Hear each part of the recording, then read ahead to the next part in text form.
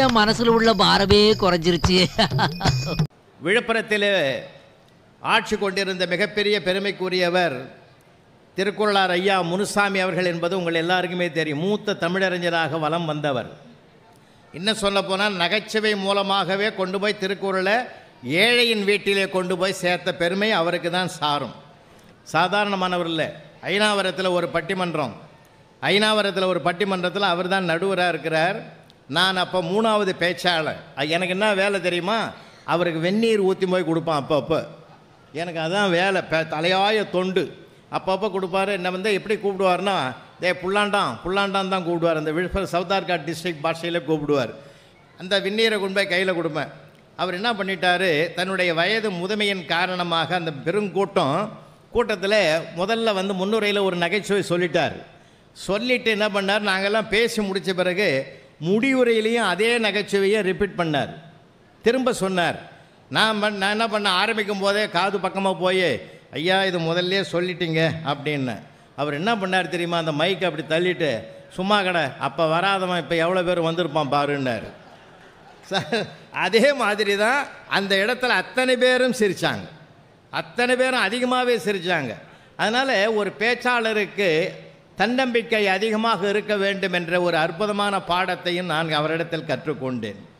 அதே மாதிரி பல ஆண்டுகளுக்கு பிறகு நான் கற்றுக்கொண்ட ஒரு மிகப்பெரிய, நானே ரசிக்கக்கூடிய, நான் நேசிக்கக்கூடிய மிகப்பெரிய நகைச்சுவையாளர் தான் எங்கள் பட்டிமன்ற நடுவர் ஐயா ஞானசம்பந்தம் அவர்கள். ஏன்னா அவரை ரசிக்காமல் யாராலும் இருக்க முடியாது. அவரை ரசித்ததை நான் ஒன்று சொல்லிவிடுறேன். ஏன்னா அவர் ஒரு பேச்சாளர்களுக்கு, எங்களுக்கெல்லாம் வந்து பெரிய சவால் யூடியூப்பு, வாட்ஸ்அப்பு, ட்விட்டரு, ஃபேஸ்புக்கு, இப்போ எங்களது இன்ஸ்டாகிராம் எல்லாத்துலேயுமே வருது. இப்போ நாம் அதில் எல்லா ஜனங்களுக்கும் போய் சேர்ந்த பிற்பாடு என்னை பார்த்தாலே சில இடங்களில் சவப்பெட்டி வருதுன்றான்.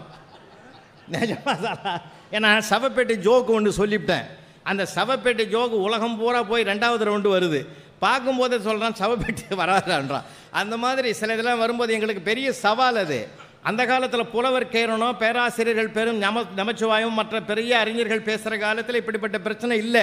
ஒரு ஊரில் பேசுகிறத இன்னொரு ஊரில் அழகாக பேசலாம். இப்போ எங்களுக்கு அப்படி இல்லைங்க, மிகப்பெரிய நெருக்கடி. ஏன்னா திருப்பி ரெப்புடேஷனும் வரலாம், என் வாய்ப்பு நிறையா இருக்குது. அப்படி தான் நம்ம நடுவரை வந்து ஒரு ஊரில், இதே சென்னையில் ஒரு இடத்துல பேசிட்டு இன்னொரு ஊரில் பக்கத்தில் மறுநாள் பேசியிருக்கார். அப்போ ஒருத்தன் சபையில் எழுந்து என்ன கேட்டிருக்கான், இது நேற்று அங்கேயே சொன்னீங்க சாருன்னு இருக்கான்.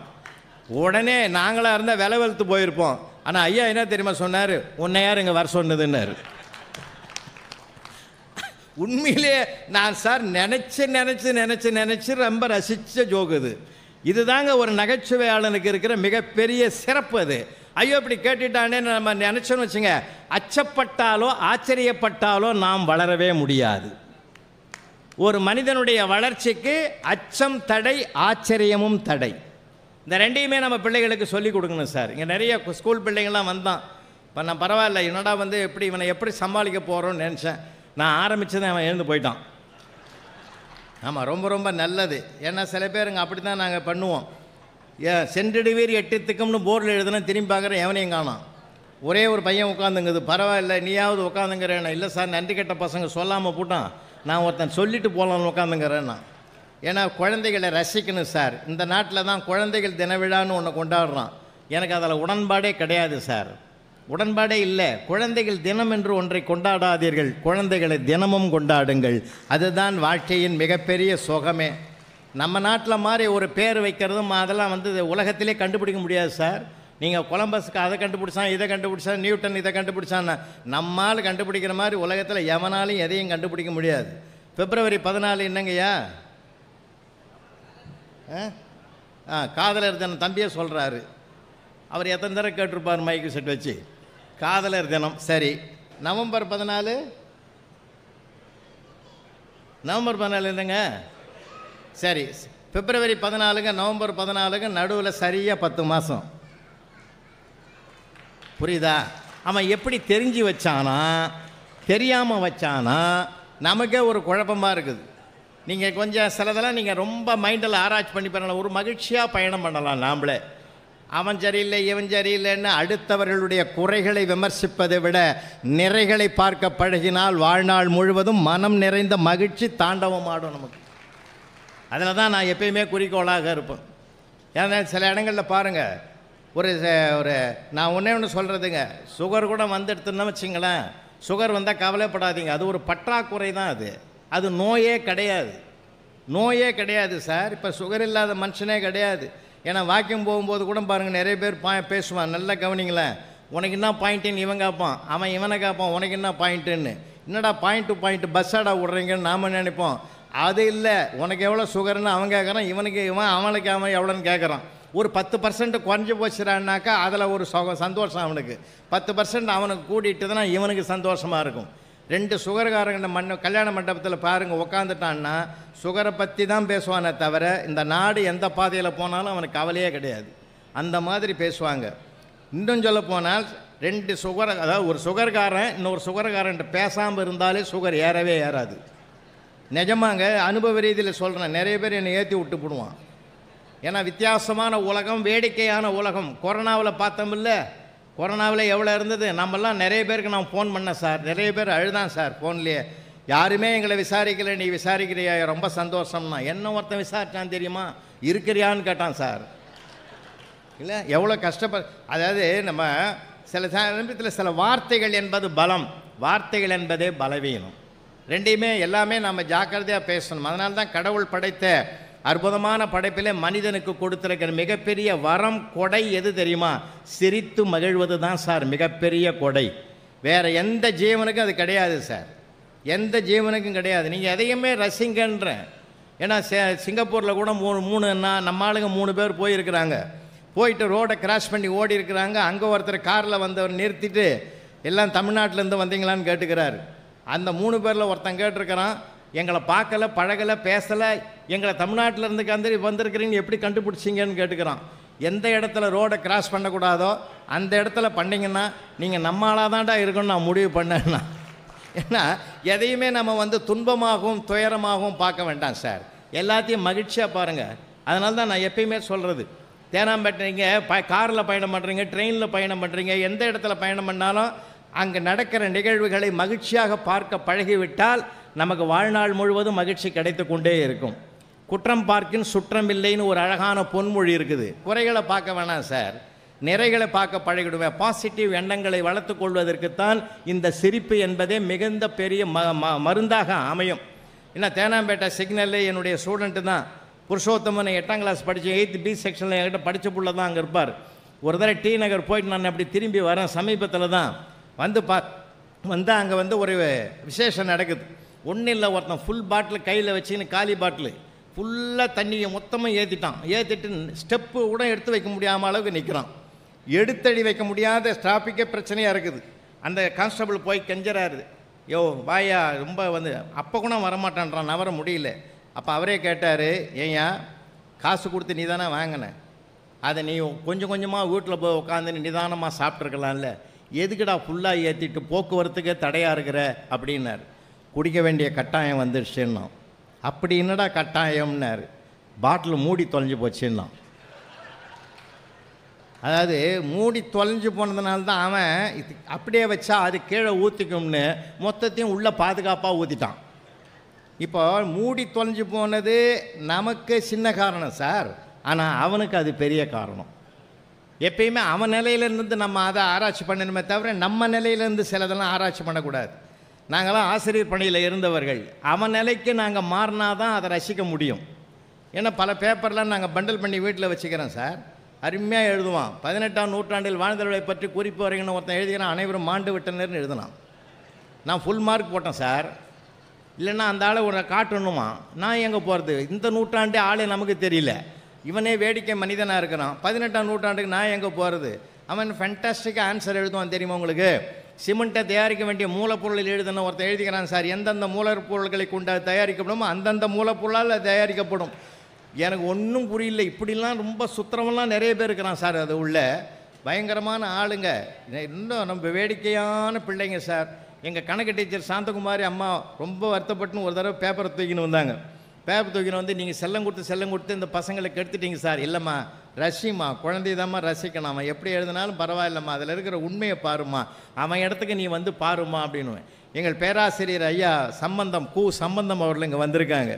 அவங்க இந்த ஆண்டு பசங்க படிக்கிற 12th தமிழ் பாட புத்தகத்தையே தயாரித்தவங்க. அவங்க பெரிய நூலாசிரியர். அவங்க எங்களுக்கெல்லாம் ஒரு வழிகாட்டி. ஐயாவுக்கு தெரியும், பல ஆண்டுகள் வகுப்பறையிலே மேல்நிலை மாணவர்களை சந்தித்து அவர் மிக அற்புதமாக வழி நடத்தியவர். அவரால் உருவாக்கப்பட்டவர்கள் திருவள்ளூர் மாவட்டம் முழுமையும் பல பணிகளிலே, பல பொறுப்புகளிலே, பல அரசு பணிகளில் இருக்கிறார்கள். அது பெரிய சிறப்பு இல்லையா? அவங்களுக்கெல்லாம் தெரியும். நாங்கள்லாம் தண்டிக்கவே மாட்டோம், அவனை கண்டிக்கவும் மாட்டோம். ஆனால் அவனிடத்தில் ஒரு அன்பு செலுத்தி அதை நம்ம ரசனையாக்குவோம். அந்த அம்மா என்ன கொண்டாந்தாங்க, பேப்பரை கொண்டு வந்து 10 பேர் சேர்ந்து ஒரு தார் ரோடை 20 நாளில் போடுறாங்க. அதே ரோடை 15 பேர் எத்தனை நாளில் போடுவாங்கன்னு காலமும் நேரமும் கணக்கு பற்றி கேட்டிருக்கிறாங்க. நம்மால் எழுதுகிறான், மேற்படி ஆள் சூப்பராக எழுதுகிறான். இது அனாவசியமான கேள்வி.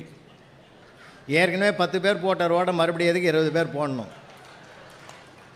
அரசாங்கத்துக்கு வீண் செலவு அப்படின்னு எழுதிக்கிறான் சார். நான் சொன்ன ஃபுல் மார்க் போடுமா? இந்த சமுதாயத்தை எவ்வளோ கணக்கு பண்ணி வச்சுக்கிறான் அவன் கணக்கு தான்மா சரின்னு. அந்த அம்மா என்கிட்ட சண்டைக்கு வந்துடுது, இந்த மாதிரிலாம் உனக்கு எழுதுனான்னா நீங்கள் கோவப்பட மாட்டியான்னு. இதை விட பயங்கரமாக எழுதுகிறோம்.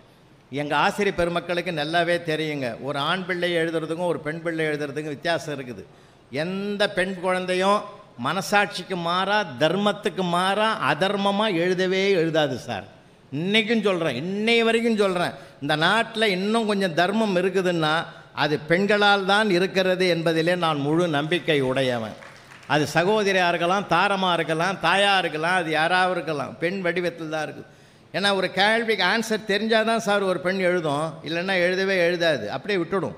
ஆனால் நம்மால் அப்படி இல்லை சார். எந்த கேள்விக்கு தெரியலையோ அதுக்கு தான் சார் நிறைய பக்கம் எழுதுவான். அடி பூந்து விளையாடுவான் சார். கற்பனை சிறக வான மண்டல பறக்க விட்டுருவான். நான் அப்படி தான் கேட்டேன், இந்த பூகம்பம் எப்படி உருவாகும்னு. ஒருத்தன் எழுதிக்கிறான், வானம் வெடித்து சிதறும், பூமி பிளக்கும், கடல் கொந்தளிக்கும், பெருக்கெடுத்து ஓடும் வெள்ளத்தில் எங்கள் தமிழையா முதலில் போய் விடுவார்னு எழுதிக்கிறான் சார். அவரை தொடர்ந்து ஆடு மாடுகள் எல்லாம் போகும். என் கூட எதை அனுப்புகிறான் பார். எல்லாத்தையும் படித்து பார்த்துட்டு மனசு நொந்து அவனை கண்டிக்கவும் கூடாது, மன உளைச்சல் வர மாதிரி திட்டவும் கூடாது. நான் என்ன தான் பண்ணுறது? அவனுக்கு மனசு வேதனை வெளிப்படுத்தணும் இல்லையா? அவனை கிட்ட கூப்பிட்டு, ஏண்டா ராஜா அப்படி அதர்மமாக எழுதிக்கிறேடா, நல்லா இருக்க மாட்டேன், நியாயமா தர்மமான்னு ஓன்னு அழுதான் சார். ஒருத்தன் செஞ்ச தவறுக்கு அழுதான்னா அதை விட மன்னிப்பு உலகத்திலே கிடையாது.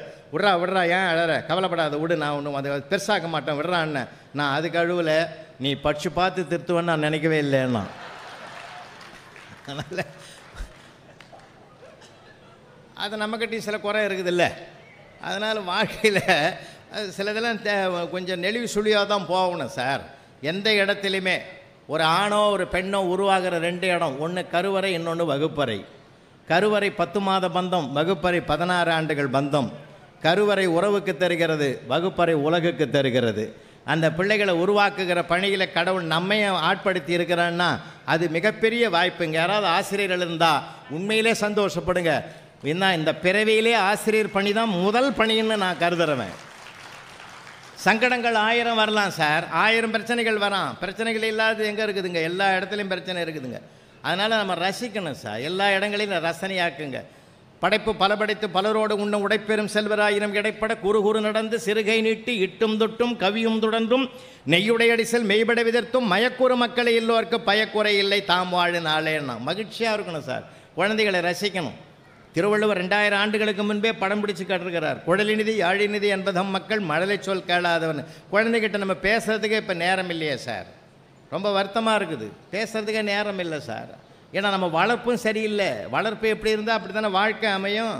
அந்த காலத்தில் முத்தமிழறிஞர் டாக்டர் கலைஞருடைய திரைப்படத்தை பார்த்துட்டு வெளியே வந்தாலே அந்த படத்தில் வர பேரெல்லாம் வீட்டில் பிள்ளைகளுக்கு வைப்பாங்க. சந்திரசேகரன், ஞானசேகரன் அப்படின்ற பேரெல்லாம் இந்த மண்ணில் வச்சுருந்தான் சார். இப்போ அப்படிலாம் யாரும் பேரே வைக்கிறதில்லை. என்ன பேர் வைக்கிறான்னு 10 தடவை கேட்க வேண்டியதாகுது. அது வாயில் நுழைய மாட்டேங்குது நமக்கு. அந்த மாதிரிலாம் பேர் வைக்கிறான். அன்றைக்கி ஒரு வீட்டில் பையனை உட்காந்துங்கிற ஒரு பையனை கூப்பிட்டு அவர் அப்பா சொல்கிறார், ஃப்ரெண்டு சொல்கிறாரு, புலவர் வந்துக்கிறாரா, கொஞ்சம் வெந்நீர் வாங்கிட்டு வாடான்னு. அவன் தாவி போனான் சார். தாவி போனான். பூமியில் நடக்கலாமே. பையனுக்கு என்ன பேர், என்ன ஜம்புலிங்கம்னா. பரவாயில்ல, நீ சரியாக தாண்டா வச்சுக்கிற. அவன் ஜம்ப் பண்ணி போகிறான். ஏன்டா, அப்போ தான் நான் நினச்சிக்கிறேன், ஏன் இப்படி போகிறான், நடந்தே போக மாட்டேன்றான்னு. அதுக்கு அவர் சொன்னார், நீங்கள் நான் வளர்ந்த காலத்தெல்லாம் தூளியில் போட்டு அப்படி யாரோன்னா அப்படி இழுத்து விட்டு வளர்த்தாங்க. இட வசதி இருந்தது. அசைஞ்சு அசைஞ்சு வளர்ந்தோம். இறங்கி விட்டாலும் அசைஞ்சு அசைஞ்சு போகிறோம். அவன் அப்படி இல்லை, இட வசதி இல்லை, ஸ்ப்ரிங் தொட்டியில் தான் போட்டு வளர்த்தோம். அது எகிரி எகிரி குச்சே வளர்ந்ததுனால இறக்கி விட்டாலும் அப்படி தான் போகுது. நான் என்ன பண்ணுவேன்னா அவன் சொன்ன விளக்கம் எனக்கு ரொம்ப பிடிச்சிருந்தது. ஏன்னா நாம் எப்படி உருவாக்குறோம் சார், நாம் எதுவாக மாற வேண்டும் என்று சதா நினைக்கிறோமா நாம் அதுவாகவே மாறுவோம். இதுதான் உபனிஷதத்தினுடைய முக்கியமான சாரம். அதனால தான் நம்ம எண்ணங்கள் நல்லதாக இருக்கணும். எண்ணிய முடிதல் வேண்டும்னா பாரதி. அடுத்த வரி பாருங்கள், நல்லவே எண்ணல் வேண்டும். எல்லாமே நல்லதாக எண்ணுவோமே. ஏன்னா பேராசிரியர் கணேஷ் சிற்சபேசன் ஐயா அவர்களோடு நாங்கள்லாம் பழகிருக்குங்க 10 ஆண்டுகள். ஐயாவும் அவருக்கு பேராசிரியராக இருந்தவர். அவங்க தமிழறிஞர் சாலமன் பாப்பையாவுக்கு ஆசிரியர். அவர் சாதாரணமான மனிதனுங்க, சரித்திரபட்ச மனிதன். ஐயாவோடலாம் நாங்கள் ஒரு தடவை பயணம் பண்ணோம். தென்கட்சி சுவாமிநாதனோட 10 ஆண்டுகள் பயணம் பண்ணியிருக்கிறேன். அது மாதிரிலாம் அவங்க கூட பழக தாங்க இந்த பொறுமை, நிதானம், சகிப்புத்தன்மை, தாக்குதலை கூட தாங்குதலாக மாற்றிக்கொள்ளுகிற மனப்பக்குவத்தை அந்த மகான்கள் தான் எங்களுக்கு கொடுத்துருக்குறாங்க. சாதாரணமானதில்லை.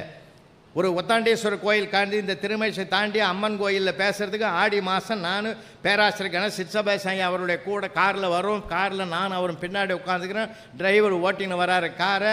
மண் ரோடு அப்போல்லாம் உங்களுக்கு எல்லாருக்கும் தெரியும். மண் ரோடு சின்ன ரோடு, 20 அடி ரோடு. இந்த 20 அடி ரோடு ஒரு கார் நல்லா வளைக்க முடியாத இடத்துல ஸ்டேரிங் போட்டு வளைச்சாரு டிரைவரு. நல்லா கவனிச்சிங்க, டிரைவர் பேர் கோவிந்தன். அது புரட்டாசி மாதம் சனிக்கிழமை வேறு. கோவிந்தன் சொன்னாலே சங்கு சக்கரம் இருக்கும்ல, அதனால் என்ன பண்ணால் வளைச்ச வளைவில் ஷேரிங் கையில் வந்துடுது. எங்கள் ஐயா சும்மா இல்லை, கோவிந்தா கையில் என்னன்னாரு. ஆமாம், இது பேசி பேசி பழகிட்டவன். சக்கரம் சுவாமின்னா. உடனே எங்கள் ஐயா கேட்டார், சங்கு எங்கேன்னார். இன்னும் கொஞ்சம் நேரத்தில் ஊதிடுவானுங்கண்ணா. அப்போ தான் அவர் சொன்னார், நாங்கள் உயிரை கையில் பிடிச்ச நாங்கள் வரோம். என்ன சார் இப்படி பேசுகிறீங்க? இடுக்கண் வருங்கால் நகுகன்னு ஐயன் வள்ளுவன் சொன்னதை நினைவில் இல்லையான்னார். அந்த மாதிரி ஒரு நகைச்சுவை, எதையுமே துன்பத்தை கூட இன்பமாக பார்க்கிற மனப்பக்குவம் எந்த மனிதனுக்கு வாய்க்கப் பெறுகிறதோ அவனால் தான் பிரச்சனைகளிலிருந்து விடுபட்டு வெளியிலே வருவதற்குரிய தீர்வு அவங்ககிட்டே கிடைக்கும். நீ தீர்ப்புக்குன்னு கோர்ட்டுக்கு போக வேண்டிய அவசியமே இல்லை. தீர்வு வேற, தீர்ப்பு வேற. தீர்ப்பு தண்டனை பொறுத்தது, தீர்வு மனமாற்றத்தை பொறுத்தது. அந்த மனமாற்றத்தை தருகிற மிகப்பெரிய மகத்துவம் மன மகிழ்ச்சியில் தான் இருக்குது. நம்ம எல்லாத்துக்குமே சங்கடப்படுறோம் இல்லை? ஒத்த வரியில் இருக்குது சார் வாழ்க்கையினுடைய நகைச்சுவை. அன்றைக்கி ஹஸ்பண்டு சேரில் உட்காந்துங்கிறாரு. அந்த அம்மா அவங்களுடைய மனைவி சொல்லுது, ஏங்க நான் வெளியில் போகிறேன், உங்களுக்கு என்ன வேணும்னு. அதை விட எனக்கு என்னடி வேணும்னா முடிஞ்சு போச்சா? அங்கே உள்ள என்ன பிரச்சனை இருக்குதுன்னு அந்த ஒரு வரியிலே முடிஞ்சு போச்சு. இதுதான் சார் லைஃப்பில் நீங்கள் பேச மறந்ததுனாலே பல பிரச்சனைகள் விஸ்வரூபம் எடுத்திருக்கிறது. உண்மையா இல்லையாங்க? பேச மறந்துட்டோம் சார். நம்ம பேசினா என்ன ஆகுமோ ஏதாகுமோ. ஒவ்வொரு மனிதனுக்கும் மன அழுத்தம் தான் அவனுடைய மகிழ்ச்சிக்கு தடை என்றால் அந்த மன அழுத்தம் எதனால் வருதுன்னா பேசி பழகாததுனால்தான் அந்த மன அழுத்தமே வருது. ஃப்ரீயாக பேசுங்க சார், நண்பரிடத்தில் பேசுங்க, மகிழ்ச்சியாக உட்காந்து பேசுங்க. நான் குடும்ப கூட்டத்தில் நிறைய பேசுவேன் சார். குடும்ப கூட்டத்தில் நிறைய பேசுவேன். கணவன் மனைவியும் பேசுங்க, ஒன்றா பேசுங்க. ஒரு தீபாவளி வருதா, பொங்கல் வருதா, எல்லாரும் ஒன்றா சேர்ந்து போங்க. இந்தாம்மா ஒரு 50,000 நீ போய் புடவை எடுத்துக்கோ அப்படின்னு சொல்லவே சொல்லாதீங்கன்னு. இதை கூட்டத்தில் ஒருத்தன் கேட்டுட்டு போய் மறுநாள் சம்சாரத்திட்டு சொல்லிக்கிறான், வர்றது பொங்கல் வரப்போகுது, நீ தனியாக போயிட்டுலாம் புடவை எடுக்காத. புலவர் கூட்டத்தை கேட்டேன். அந்த ஆள் சொன்னது எனக்கு பொருத்தமாக தெரிஞ்சுது. நீங்கள் ஜவுளி கடைக்கு போகும்போது என்னையும் சேர்த்து கூட்டின்னு போகணும். அந்த அம்மாவனை கூட்டிக்கிட்டே போகும்போது மனசுக்குள்ளே நினைக்குது, இந்த ஆள் கூட்டத்துக்கு அனுப்புனது ரொம்ப தப்பாக போச்சு. நான் போனாக்கா நான் ஏன் சுதந்திரமாக எடுப்பேன். நான் புட்டாவை பார்ப்பேன், பார்டரை பார்ப்பேன், லுக்கை பார்ப்பேன், கலரை பார்ப்பேன். இந்த ஆள் பில்லை பார்ப்பான். அவன் உட்காந்து நொய் இது நல்லா இல்லை அது நல்லா இல்லைன்னு வேறு நம்ம பிரச்சனை ஆக்கிடுவான். என்ன பண்ணுறதுடா, இந்த ஆளை எப்படி பிரேக் பண்ணுறதுன்னு யோசனை பண்ணினே போய் என்ட்ரன்ஸ் வரைக்கும் போச்சு. அதுவோ பெரிய ஜவுளி கடை. என்ட்ரன்ஸில் போன உடனே அந்த செக்யூரிட்டி நிற்கிறான் பார். செக்யூரிட்டியை பார்த்துட்டு, அப்பா இந்த மனுஷன் பாரு தனியாக நிற்கிறான்.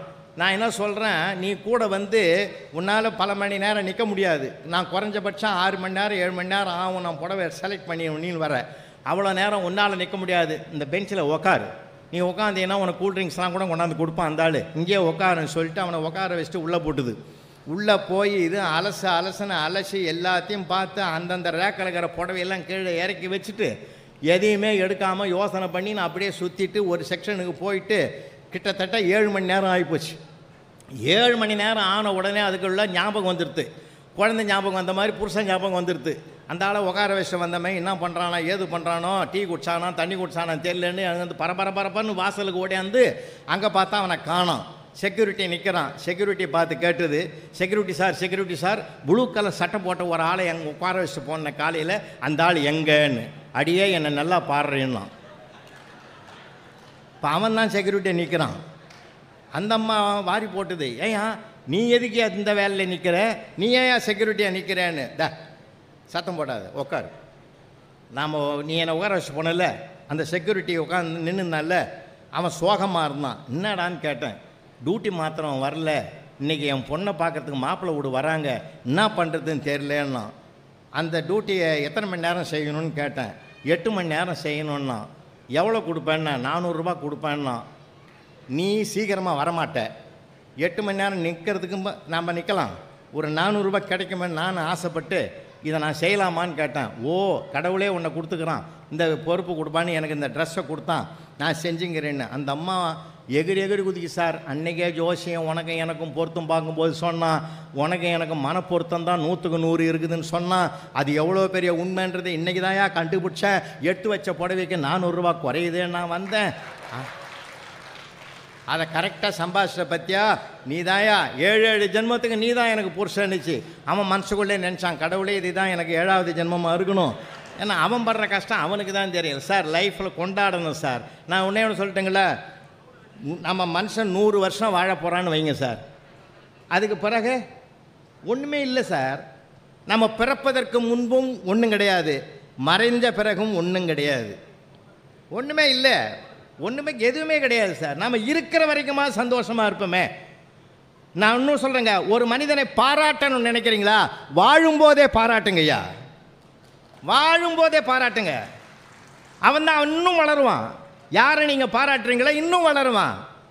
நான் இங்கே இருக்கிற தாய்மார்களுக்கு சொல்கிறேன், உன் பிள்ளை 30 மார்க் எடுக்கிறானா, சபாஷ், முதுகில் தட்டி கொடு. ஒப்பனை விட 10 கூட தானே வாங்கியிருக்கிற, சபாஷ்ன்னு சொல்லுங்கள்.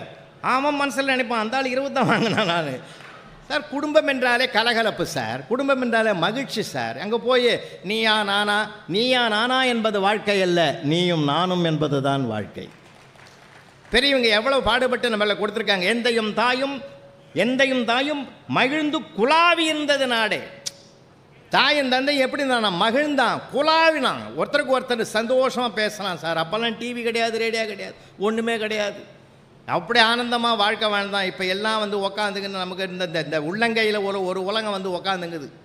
இந்த உள்ளங்கையில் ஒரு உலகம் வந்து உக்காந்துங்கன்னு நம்மளை ஒரு உழுக்குது பாரு. இதை விட மோசம் உலகத்திலே கிடையாது. இப்போ இருந்தாலும் அது அவசியமானதாகவும் இருக்குது. பிள்ளைய பக்கத்தில் வச்சு படுத்த காலமெல்லாம் போய் இப்போ செல்லை பக்கத்தில் வச்சு படுக்கிற காலத்தில் தான் நம்ம வந்துட்டோம். ரொம்ப வருத்தமான காலமாக இருந்தாலும் கூட உறவுகளோடு பேசுவோம் சார், பிள்ளைகளோடு பேசுவோம் சார். பேசாமல் போனதுனாலே பல விஷயங்கள் விஸ்வரூபம் எடுத்திருக்குது, பிரச்சனைகள் அதிகமாக இருக்குது. கோர்ட்டில் வந்து பார்த்தீங்கன்னா எல்லாம் ரசிங்கன்றேன். அன்றைக்கி ஜட்ஜையாவே என்னம்மா ரசித்தார் தெரியுமா ஒரு கோர்ட் பிரச்சனையை. ஆடு திருடிட்டான்னு ஒருத்தன் குற்றவாளி கூண்டில் நிற்கிறான் சார். அவனுக்கு ஜட்ஜ்மெண்ட் எழுதினார், போதிய சாட்சிகள் இல்லாததனால் இந்த மனிதன் ஆடு திருடவில்லை என்று தீர்ப்பளிக்கிறேன்னு எழுதினார். அவன் குற்றவாளி கூண்டில் நின்றுங்கன்னே சொன்னான், நன்றி எஜமா, அப்போ அந்த ஆட்டை நானே வச்சுக்குவான்னா. இப்போ நான் என்ன கேட்குறேன், நாம் சாட்சியை தேடுறோம், அவன் மனசாட்சியோடு இருக்கிறான். அதனால தான் சார் பெரியவங்க சாட்சி வேறு மனசாட்சி வேறன்னா. தன்னெஞ்சறிவது பொய்யற்க போய்த்தபின் தன்னெஞ்சே தன்னை சுடும். ஒவ்வொரு மனிதனையும் தன்னை கட்டுப்படுத்தி கொள்ளணும்னா, சுய கட்டுப்பாட்டுக்கு உள்ளே வரணும்னா அவன் மனித தன்மையோடு இருக்கணும் சார். அதில் வந்து கோபப்படுறது, அது பண்ணுறது, இது பண்ணுறது, சில நேரங்களில் தவறுகள் நம்மகிட்டே இருக்கும் தெரியுமா உங்களுக்கு. அண்ணா நகரில் போய் ஒரு கதவை தட்டுறோம் சார், ஒரு பொடி பையன் வெளியில் வரான், யார் வேணும்னா, அப்பா எங்கடா, அண்ணா வேலைக்கு போய்க்கிறாரு, அம்மா மார்க்கெட்டுக்கு போயிருக்குது, அண்ணன் கிரிக்கெட் ஆட போய்க்கிறான். கோவம் வந்துடுது, நீ எங்கேயா போகிறதானே என்ன. இப்போ நான் கூட என் ஃப்ரெண்டு வீட்டில் தாங்கிறேன்னா, அப்போ நான் தான் வீடு மாறி வந்துட்டேன்றது அந்த பிள்ளை என்ன நாகரிகமாக சொல்கிறான் சார். அவன் மேலே கோவப்படலாமா சார்? நான் நிறைய குறைகள் நம்மக்கிட்ட இருக்குது சார், நம்மக்கிட்ட நிறைய இருக்குதுங்க. இங்கே 2019 இன்னும் ஒரு 10 நிமிஷம் நினைவு சார். 2019 நாங்கள் வந்து சிங்கப்பூர் போயிருந்தோம். லிட்டில் இந்தியாவில் ஒட்டுமொத்த தமிழர்களை ஒன்றாக்கி அங்கே இருக்கிற அருமைச்சந்திரன் என்ற நண்பர் என் தலைமையில் ஒரு பட்டிமன்றத்தை ஏற்பாடு பண்ணியிருந்தார் சார். பிரமாதமாக நடந்து முடிஞ்சதுங்க. அங்கேருந்து வந்தோம், இன்டர்நேஷ்னல் லெவலில் எல்லா ஃப்ளைட்டையும் நிறுத்திவிட்டான், எல்லா ஃப்ளைட்டையும் நிறுத்திட்டான் சார், எல்லா ஃப்ளைட்டையும் நிறுத்திவிட்டான். கடைசியில் என்னாச்சு, அவருடைய நாகப்பட்டினத்துலேருந்து ஒரு ஆள் சென்னையில் பிரபலமான ஒரு ஹாஸ்பிட்டலில் 3rd ஃப்ளோரில் 303வது ரூமில் அட்மிட் ஆகிட்டார். ஹார்ட் பேஷண்ட்டுன்னு கேள்விப்பட்டுட்டு அவர் அங்கேருந்து ஃபோன் அடித்தார், புலவர் நான் வர முடியாது, நீங்களாவது போய் பார்த்துட்டு வாங்கன்னு. அங்கேருந்து நண்பர் சொல்லிட்டாருன்னு சொல்லி பரமுடித சோலையில் போய் ஆப்பிள் பழம் அந்த பழம் இந்த பழம்லாம் வாங்கி ஒரு பையன் நிறைய எடுத்துக்கின்னு 303வது ரூமில் என்ன டிஸ்டர்ப் பண்ணி எழுப்பணுமோ என்னமோ என்ன பண்ணுறோன்னு பார்த்தா கதவை லேசாக திறந்தது. பரவாயில்லை, எழுப்பணும் அவசியம் இல்லைன்னு உள்ள கதவை திறந்து அப்படி எள்ளி வெட்டி பார்த்தா பெட்டில் படுத்துருந்தவன் என்னை பார்த்துட்டு பரபரப்பாக அந்த ஆள் எழுந்தான். எழுந்திருக்கும் போது நான் சொன்னேன், ஏன் பதற, எதுக்கு பதற்றப்படுற, இந்த பதற்றம் தான் உன் ஹார்ட்டுக்கு பிரச்சனைக்கு காரணம், பதற்றப்படாத படு. சார் இல்லை, எதையும் சொல்ல வேண்டாம், உன்ன டீட்டெயில் பூரா நண்பர் சொல்லிவிட்டார், அப்படியே படுன்ட்டேன். கொண்டு போன ஆப்பிளை கழுவி தோலை சீவி அவனுக்கு 2 பீஸை போட்டு கையில் கொடுத்து சாப்பிட வச்சு 2 நாள் ஆச்சுன்னாரு அட்மிட் ஆகி. இப்போ பெயின்லாம் எப்படி இருக்குதுன்னு, ஹார்ட் பெயின் இருக்கிறவன் இசிஜி எடுக்க போய்க்கிறான்னாரு. இப்போ என் முகம் எப்படி இருந்திருக்கும் கொஞ்சம் யோசிங்க இல்லையா? அப்போ நீ யாருன்னு அந்த ஆளுக்கு துணையாக 2 நாள் நின்றுருந்தேன், இடுப்பு வலி தாங்கலை, பெட்டு காலியாகுதுன்னு படுத்தேன்னா. இப்போ குறை யார்கிட்ட சார் இருக்குது? நம்மக்கிட்ட தாங்க. நம்மக்கிட்ட இருக்குதா குறை? அடுத்தவங்ககிட்ட இருக்கிற குறையே பார்க்கறதை விட்டுடுவோம். பெரிய வேட்டியில் ஒரு கருப்பு புள்ளி இருந்தால் மனிதனுக்கு கருப்பு புள்ளியை பற்றி தான் டெவலப் பண்ணுவானே தவிர அத்தனை பகுதியும் வெள்ளையாக இருக்குதுன்னு பார்க்குற மனம் மாறணும். அந்த மனமாற்றம் வந்தால் ஒவ்வொரு டிபார்ட்மெண்ட்டும் சூப்பராக இருக்கும் சார், ஒரு குடும்பமும் சூப்பராக இருக்கும் சார். நீங்கள் ஒரு எந்த தப்பை பண்ணுவோம், அந்த தப்பை டெவலப் ஆக்குவோம், அதை விமர்சனம் பண்ணுவோம் சார்.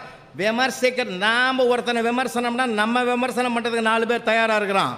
நாம் ஒருத்தனை பாராட்டணும்னா நம்ம பாராட்டுறது கடவுள் 2 பேர் ஏற்பாடு பண்ணுவான். இதுதான் தர்மம், இதுதான் நியாயம்.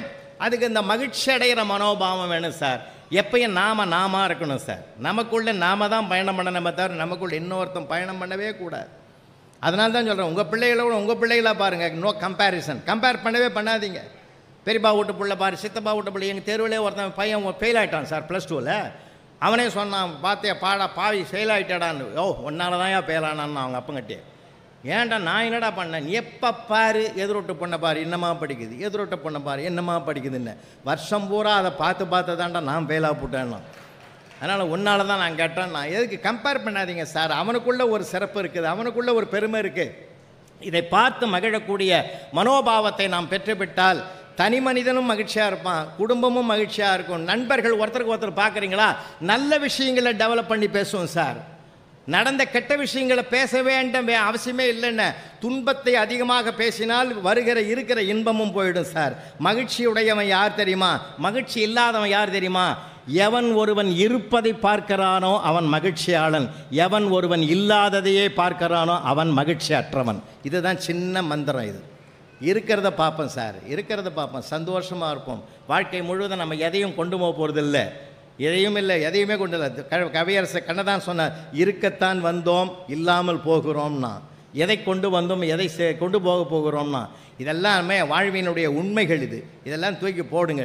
இன்றைக்கெல்லாம் பார்த்தீங்கன்னா பெண்களை ஒருத்தருக்கு ஒருத்தர் மதிக்கணும் சார். இன்றைக்கி பெண்கள்லாம் என்ன அபாரமான குழந்தைகள். இந்த பாருங்கள், 2 பெண்கள் சரிநிகர் சமமாக பாராளுமன்றத்தில் கூட 33% கேட்குறாங்க. எங்கள் நடுவர் 50% கொடுத்து கூட்டிருக்கிறார் பட்டிமன்றத்தில்.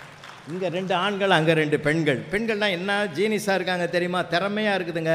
அன்றைக்கி ஒருத்தன் டாக்டர்கிட்ட போய் சொன்னால், டாக்டர் எனக்கு ஒரு பெரிய பிரச்சனையாக இருக்குது. ஏன் என்ன பிரச்சனைன்னாரு, கட்டிலில் படுத்து ராத்திரி பூரா படுத்தா எவனோ கட்டிலுங்கீழே படுத்துங்கிற மாதிரியே ஒரு ஃபீலிங் வருது.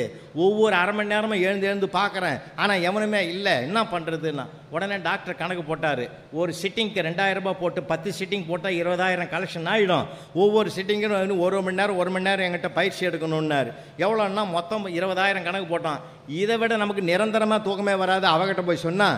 அதனால் என்ன பண்ணிட்டான், என் சம்சாரத்துக்கிட்ட சொல்லிட்டு வரேன்ட்டு போனான் பாருங்கள். வரவே இல்லை. 1 மாதம் ஆச்சு. அந்த கோயில் பக்கமாக வந்தபோது அவனை போய் சந்திக்கிறாரு டாக்டர். என்னப்பா மறுநாளே வரேன்னு சொன்ன, வரவே இல்லைன்னு. இல்லைங்க, இப்போ அந்த மாதிரி கனவே வர்றதில்லை, பிரச்சனையே தீர்ந்து போச்சுன்னா. என் சம்சாரம் 100 ரூபாயில் முடிச்சுட்டா அப்படின்னா. என்னையா பண்ணாங்க அப்படின்னார். ஒன்றும் இல்லை, கட்டில் பிரித்து கிடச்சிட்டு 100 ரூபாய்க்கு பாய் வாங்கி வந்து கொடுத்தா.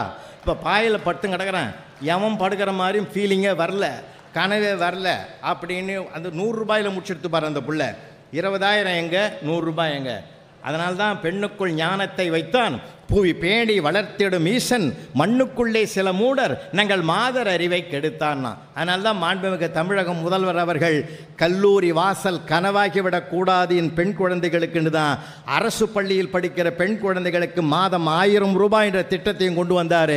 இப்போ நம்ம பையன்லாம் காலேஜுக்கு போகலாமா வேணாமா, நமக்கு முடியலையேன்னு அவன் வருத்தப்பட்டான். நீயும் வாடான்னு இப்போ அவனுக்கும் 1000 ரூபாய் கொடுக்குற அளவுக்கு ஒரு அரசு பள்ளிக்கு ஒரு பெருமிதத்தையும் சிறப்பையும் சேர்த்து கொடுத்துருக்கிறான்னா எந்த வகையிலாவது இந்த தமிழ்நாடு கல்வி சிறந்த தமிழ்நாடு என்ற வரலாற்றை புதுப்பிக்க வேண்டும் என்பதற்காகவே பிள்ளைகளுடைய கல்விக்காகவே செலவு செய்கிற அரசாங்கத்தை நம்ம இப்போ பெற்றிருக்கிறோம் என்று சொன்னால் உங்கள் வீட்டு பிள்ளைகளும் புத்தக திருவிழாவுக்கு அழைத்து வாருங்கள்.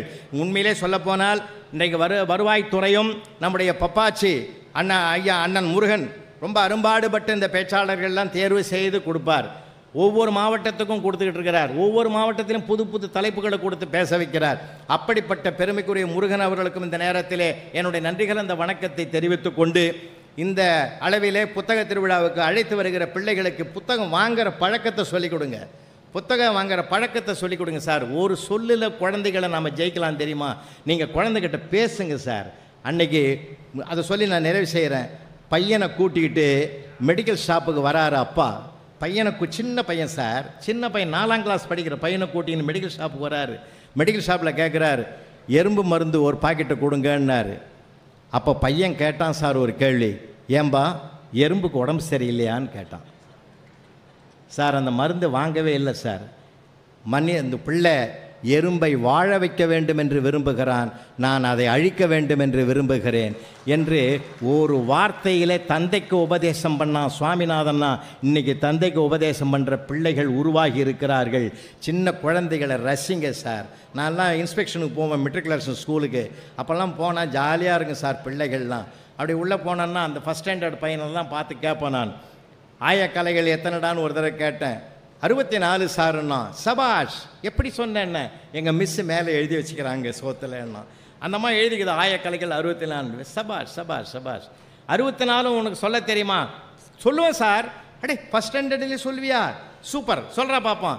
ஆயக்கலை 1, ஆயக்கலை 2, ஆயக்கலை 3ன்னா மிஸ்ஸு ஓடாந்தது. டேன்னு நான் சொன்னேன், விடுமா குழந்தைய பேச விடு.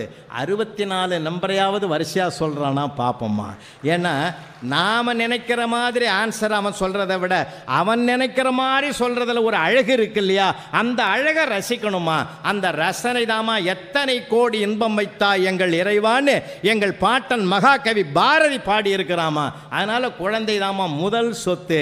அவனிடத்தில் அப்படி சந்தோஷமாக பேசுவோம், சந்தோஷமாக பழகுவோம். அவனை மடியில் உட்கார வச்சுட்டு பேசுங்கய்யா. இன்னையில் நான் இந்த புத்தக திருவிழாவுக்கு வந்து போனதனுடைய ஒரே நோக்கம், வீட்டில் நாளையிலிருந்து டிவியை நிறுத்துங்க. ரேடியோவை யாரும் கேட்குறதில்ல, ரேடியோவும் வேண்டாம், இருந்தாலும் அதையும் நிறுத்துங்க. ஒரு அரை மணி நேரம் அல்லது 1 மணி நேரம் குடும்ப உறவுகளோடு உட்காந்து கலகலப்பாக பேசுவோம் சார். உண்மையிலே சொல்கிறேன், கலகலப்பாக பேசுங்க. கலவரம் வர்றதுக்கு வாய்ப்பே இருக்காது. சின்ன சின்ன சண்டை தான் வரட்டுமே சார். ஊடுதல் காமத்திற்கென்பம் அதற்கென்பம் கூடி முயங்க பெருன்னு 1330வது குறளில் திருவள்ளுவர் அதை தான் சொல்கிறார். சின்ன சின்ன சண்டைகள் வரணும் சார். மௌனமாகவே இருப்பாங்க. சொல்லுங்கள் பார்ப்போம். மௌனமாகவே இருப்பாங்க. சண்டை வரணும், சின்ன சின்ன சண்டை வரணும் சார். எந்த சண்டை எப்படி வந்ததுன்னு தெரியாது, அது எப்படி சமாதானம் ஆகும்னு தெரியாது. வரணும், சின்ன சின்ன சண்டைகள் வரணும், பேசணும், ஜாலியாக இருக்கணும். ஏன்னா அன்னைக்கு கூட பிச்சைக்காரன் வந்து கேட்குறான் சார், அம்மா தாயே சோறு போடணுன்னா. அந்த அம்மா வெளியில் வந்தது. ஆள் பார்த்தா வாட்டு சாட்டமாக இருக்கிற, எங்கன்னா வேலை செஞ்சு பழைக்க வேண்டியது தானே, பிச்சை எடுக்கிற. அவன் கோவப்படல சார். அம்மா பார்க்குறதுக்கு நீ கூட நயன்தாரா மாதிரி தாங்கிற, சினிமாவில் நடிக்கவா போனேன்? இதை இருக்குதுங்கள உன் வீட்டில், இதுங்களுக்கெல்லாம் வடிச்சு கொட்டுறதுக்கு தான் நீ இங்கேயே இருக்கிற. வடிச்சு கொட்டியே இழைச்சிட்டே அம்மா. அந்த அம்மா கண்ணீர் விடுது. எனக்காக வருத்தப்படுற ஒரு தம்பி நீதாண்டா சார். பிச்சைக்காக வந்து தம்பி ஆயிட்டான். இருடா கண்ணுன்னு சொல்லி உள்ளே போய் 4 இட்லி சூடாக வச்சு சட்னி வச்சு கையில் கொடுத்து சாப்பிட வச்சு, எப்பப்பெல்லாம் பிரச்சனையாக இருக்குதோ, உனக்கு பசியாக இருக்குதோ, அப்பப்பெல்லாம் வாடா அக்கா நான் இருக்கிறேன் அப்படின்னு ஒரு உரிமை கொண்டாடுற அளவுக்கு அந்த மனமாற்றத்தை எது தந்தது சார்? அவன் அன்பான வார்த்தை தான் சார். அறிவு மூளையை சார்ந்தது, அன்பு இதயத்தை சார்ந்தது. இதயம் சார்ந்து பேசுமையா, இதயம் சார்ந்து பேசுவோம், இனிமைகளை உருவாக்குவோம். வாழ்நாள் முழுவதும் வசந்தமாக இருக்கும் சார். வசந்தமாக பேசாமல் போனதுனால தான் சார் பிரச்சனையை. ஒரு நாள் கரண்ட்டே நின்று போச்சு சார். நெட்டு ஒர்க் ஆகலை, லேப்டாப்பில் ஒர்க் ஆகலை, செல்லு ஒர்க் ஆகலை. அந்த அம்மா சொல்லிச்சு பக்கத்து வீட்டுக்காரம்மாக்கிட்ட, அப்போ நீ என்ன தாண்டி பண்ண, எப்படி தான் பொழுது போச்சு? இல்லை என் வீட்டுக்காரர்கிட்ட தான் உட்காந்துன்னு பேசியிருந்தேன். ரொம்ப நல்ல மனுஷனாக இருக்கிறாண்டி. அப்படின்னு புரிஞ்சுக்கிச்சின்னா பேசுறதுனால தானே அந்த புரிதல் வருது. தெரிந்து கொள்வது வேறு, புரிந்து கொள்வது வேறு. நாம் புரிந்து கொண்டால் வாழ்க்கை சுகமான பயணமாக இருக்கும். 43 வருஷம் ஆகுது எனக்கு கல்யாணம் ஆகி. இன்றைக்கி எங்கள் வீட்டம்மா கேட்குது, நான் சொன்னேன்னு புரிஞ்சுதா? வகுப்பறையில் வாத்தியார் கேட்குற, நான் சொன்னேன்னு புரிஞ்சுதா? தெரியுறது வேற, புரியுறது வேற. நமக்கு நிறைய விஷயங்கள் தெரியுது, புரியல. நம்ம நாடு புண்ணிய பூமியா, ஆன்மீக பூமியா, அறிவாளிகள் ஞானிகள் நடமாடிய புண்ணிய பூமியா, வாழ்வதற்கென்ற பிறந்த மண்ணியா அந்த மண்? இந்த மண்ணை நேசிப்போம். நம்ம தமிழ்நாடு கல்வியில் சிறந்த தமிழ்நாடு, மிக மனிதநேயம் நிறைந்த தமிழ்நாடு, கோயில்கள் நிறைந்த புனித பூமியா இந்த பூமி. இங்கே பிறந்ததுக்கு பெருமைப்படுமையா? எந்த நாட்டிலையா 60 கொண்டாடுறான், 70 கொண்டாடுறான், 80 கொண்டாடுறான், 100 கொண்டாடுறான்? நம்ம அதுவும் தென் பகுதியில் தான்யா 60ஆம் கல்யாணம் பண்ணுறான், 70. கல்யாணம் பண்ணுறதே வேலை இல்லையான்னு கேட்கக்கூடாது. கல்யாணம் என்பது வாழ்நாள் முழுவதும் கொண்டாடி மகிழக்கூடிய ஒரு திருநாள் என்று பிரபஞ்சத்திற்கு பிரகடனப்படுத்திய மண்ணையா அந்த மண். 60 சஷ்டியப்த பூர்த்தியா? அது கூட நிறைய பேர் கேட்குறான், 60ல் பண்ணுறதா 61ல் பிறந்தான். 61 என்னைக்கு பிறக்குதோ அன்றைக்கி தான் பண்ணணும். ஏன் தெரியுமா? 61 திருப்பி போடு 16 வயதில் தான் மார்கண்டாயன் திருக்கடையூரில் வாழ்க்கையினுடைய நீட்சி பெற்றது. அதனால தான் திருக்கடையூரில் 60ஆம் கல்யாணத்தை பண்ணுறான். நான் கூட 13 வருஷத்துக்கு முந்தைய அங்கே தான் பண்ணேன், திருக்கடையூரில். ஆஸ்திரேலியாவில் வந்து என் ஃப்ரெண்டு வந்தான் சார். அவன் கேட்டான் பாரு ஒரு கேள்வி, அதே ஒய்ஃபான்னு கேட்டான் சார். அதனால் நம்ம கலாச்சாரம் வாட் இஸ் யுவர் கல்ச்சர்னு சர்தார் வல்லபாய் பட்டேலை கேட்டபோது அவர் கல்ச்சர் இஸ் அக்ரிகல்ச்சர்னு சொன்னாரியா. இது விவசாயத்தோடு பின்னி பிணைந்த வாழ்வியல் உண்மைகளை கொண்ட வளமான நாடு. வாழ்வோம், வாழ்வதற்கென்றே நாம் பிறந்திருக்கிறோம். சந்தோஷமாக வாழ்வோம். இது உயர்ந்தது, அது தாழ்ந்தது, இவன் உயர்ந்தவன், இது பெரியவன், அவன் பெரியவன், இவன் பணக்காரன் மட்டும் மகிழ்ச்சியாக வாழ்வதில்லை. எவன் ஒருவன் மனம் நிறைவாக இருக்கிறானோ அவன்தான் மகிழ்ச்சியாக வாழ்கிறான் என்றார். பணம் நிறைவதை விட மனம் நிறைந்து வாழ்வதற்கு சிரிப்புதான் உதவும். நன்றி.